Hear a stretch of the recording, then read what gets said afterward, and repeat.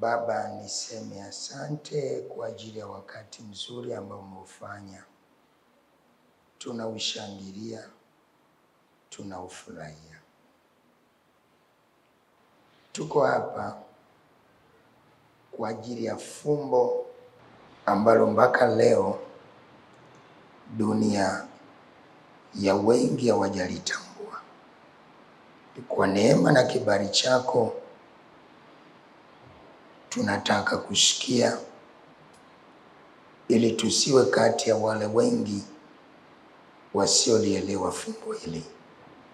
Asante Mungu, kwa sababu ni majira yaliyokubalika kwako. Ni katika jina la Yesu, nami ni chombo, nitumie kama upendavyo.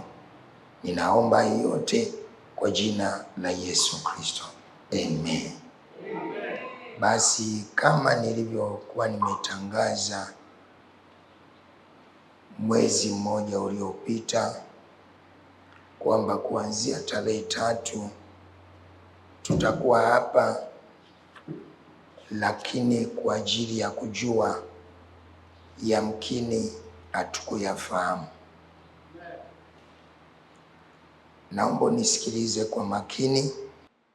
Tunaanza na utangulizi wetu, au inaitwa dibaji.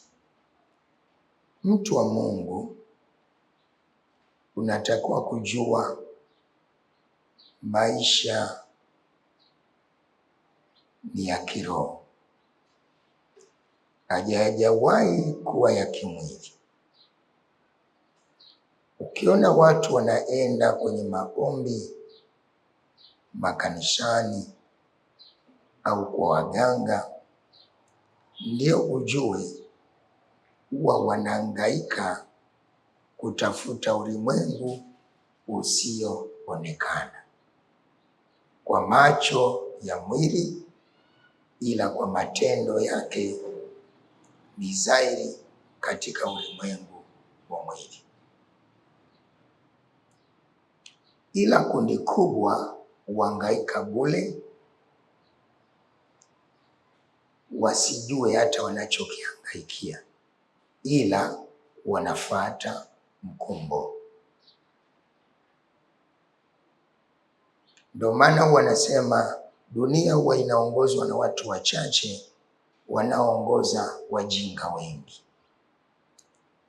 Kwa kuwa maisha huwa ni roho na huwa yanatafutikana kwa jinsi ya rohoni. Semina hii lengo lake ni kukuingiza katika mahusiano na ulimwengu wa roho unaojibu sawasawa na Waefeso 2.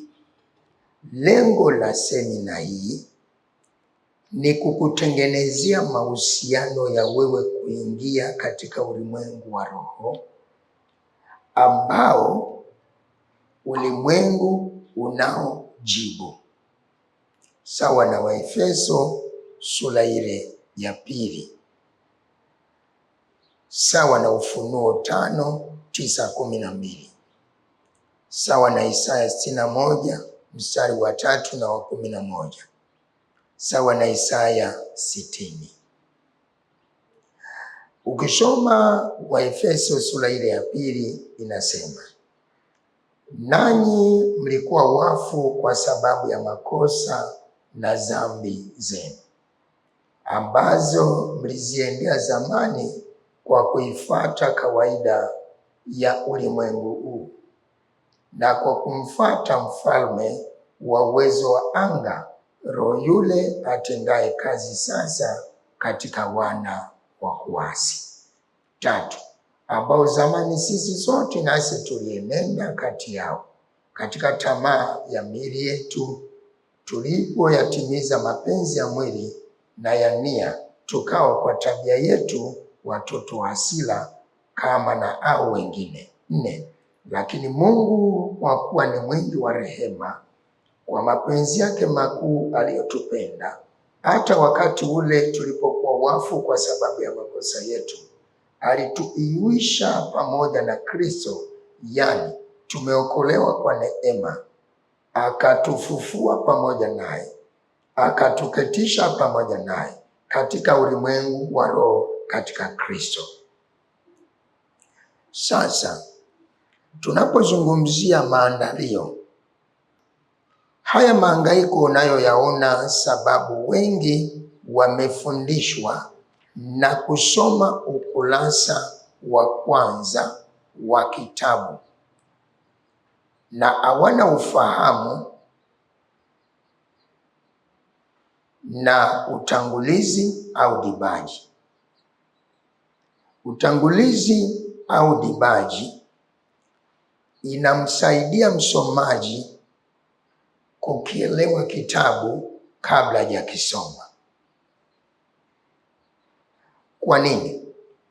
Tunapozungumzia Kristo au tunapozungumzia ujio wa Kristo, hauna maana yoyote na hauna faida yoyote kama hauna majibu kwako. Kama utamfuata Yesu, lakini utamfuata kwa sababu ya dini, kwa sababu utamfuata kwa sababu ya historia, kwa sababu ya dhehebu, hakuna maana yoyote. Yapo mambo makuu ambayo yanapatikana kama mahusiano yako na Yesu utayaelewa. Jambo kuu la kwanza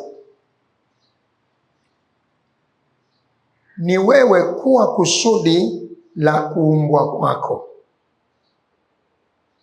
Ni wewe kuwa kusudi la kuumbwa kwako. Au kulirudia kusudi. Yaani hakuna maana yoyote ya kushangilia Pasaka kama hauna ufahamu Yesu alikuja kufanya nini kwa ajili yako. Mwaka jana tulijifunza Pasaka wetu ni nani. Tuliona sisi Pasaka wetu sio wale watu ambao walipita kwenye bahari ya Shamu, waliambiwa wapake damu kwenye miimo. Hiyo Pasaka sisi haituhusu. Hatuna mahusiano na ile Pasaka ya Wayahudi. Sisi Pasaka wetu ni Kristo ambaye ana mahusiano na sisi katika kuturudisha kwenye kusudi. Kusudi ni nini? Mungu alipotuumba alikuwa na kusudi. Tulishajifunza sana na tunaendelea kujifunza. Kusudi kuu, sisi tuwe watawala wa viumbe vyote. Ndio maana akasema sisi ni mfano wake na sura yake. Kisha akasema tukatawale, tutiishe, tuzae, tuongezeke. Sasa kama wewe unajiita Mkristo na unasema umeokoka, hauna mahusiano na ile eneo, huna Yesu. Ni unapoteza muda. Kwa kusudi ukijiona wewe una Yesu, lakini huwezi kutawala, huwezi kuishi mfano wa Mungu na sura yake, wewe huyo Yesu hana mahusiano na wewe. Namba 2. Nini maana ya Kristo kutukomboa? Mungu alipomuumba mtu, lengo lake kuu, huyu mtu hawe mfano. Ndio maana narudia, ukitaka kujua walio mfano ni wale walioishi kusudi, na tunaona mifano. Wewe umekalia kiti kilichogunduliwa na mtu. Umevaa nguo iliyogunduliwa na mtu. Maiki imegunduliwa na mtu. Tiles imegunduliwa na mtu. Na Mungu lengo lake alitaka mtu aliyeokoka awe na mfano huo. Hawe na uwezo wa watu kujifunza kwake na kumwona Mungu kupitia yeye. Lakini kama wewe unasema unaokoka, alafu hatuna uwezo wa kuona uungu ulioko ndani yako, we ni mwongo na ni kazi bure. Kwa lazima tujioji, kwa nini hatui kama hao? Kama wewe hauko hivyo, lazima uanze kufanyia kazi kwa nini hauko hivyo.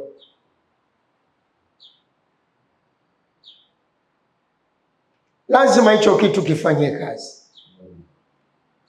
Ndio maana akasema sisi ni barua au kielelezo au ni ushuhuda.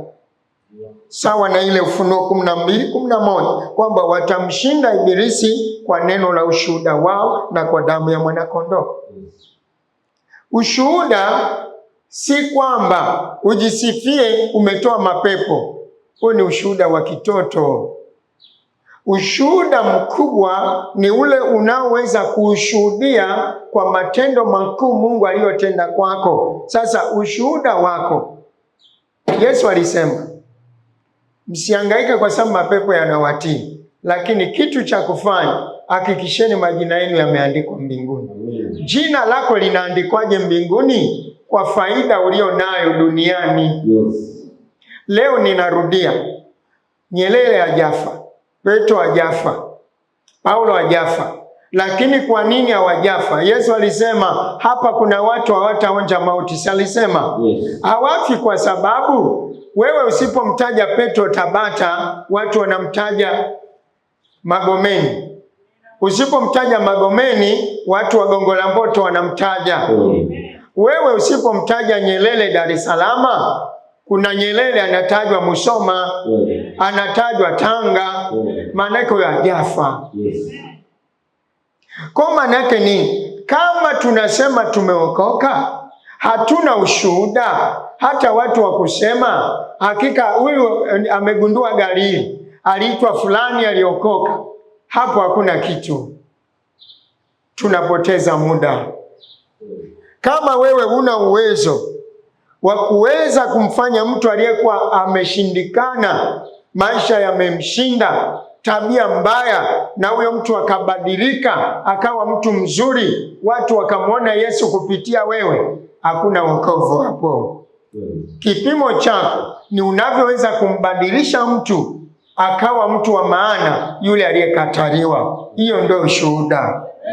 Kwa tuache kudanganyana kwa mbwembwe za Bwana Yesu asifiwe. Wakati hata kibakuri kinakushinda cha 200 kununua. Huo sio ushuhuda. Namba 3, kumtukuza Mungu.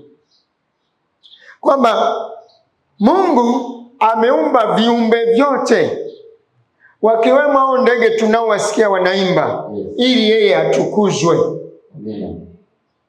Hakuna kingine. Mungu huwezi kumpa hela, Mungu huwezi kumpa nini. Mungu anataka wewe atukuzwe kupitia wewe.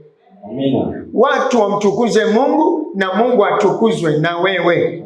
Kwa hiyo haya mambo matatu yalitumleta Kristo kuturudisha kwenye mambo haya matatu. Ndio maana ukisoma Zaburi ya 16:3 anasema watakatifu walioko duniani hao ndio wanaonitukuza. Kumbe hatuhitaji kusikia Bwana Yesu asifiwe. Tunahitaji kuyaona matendo yako ili tumtukuze Mungu. Kwa lazima Mungu apimwe ndani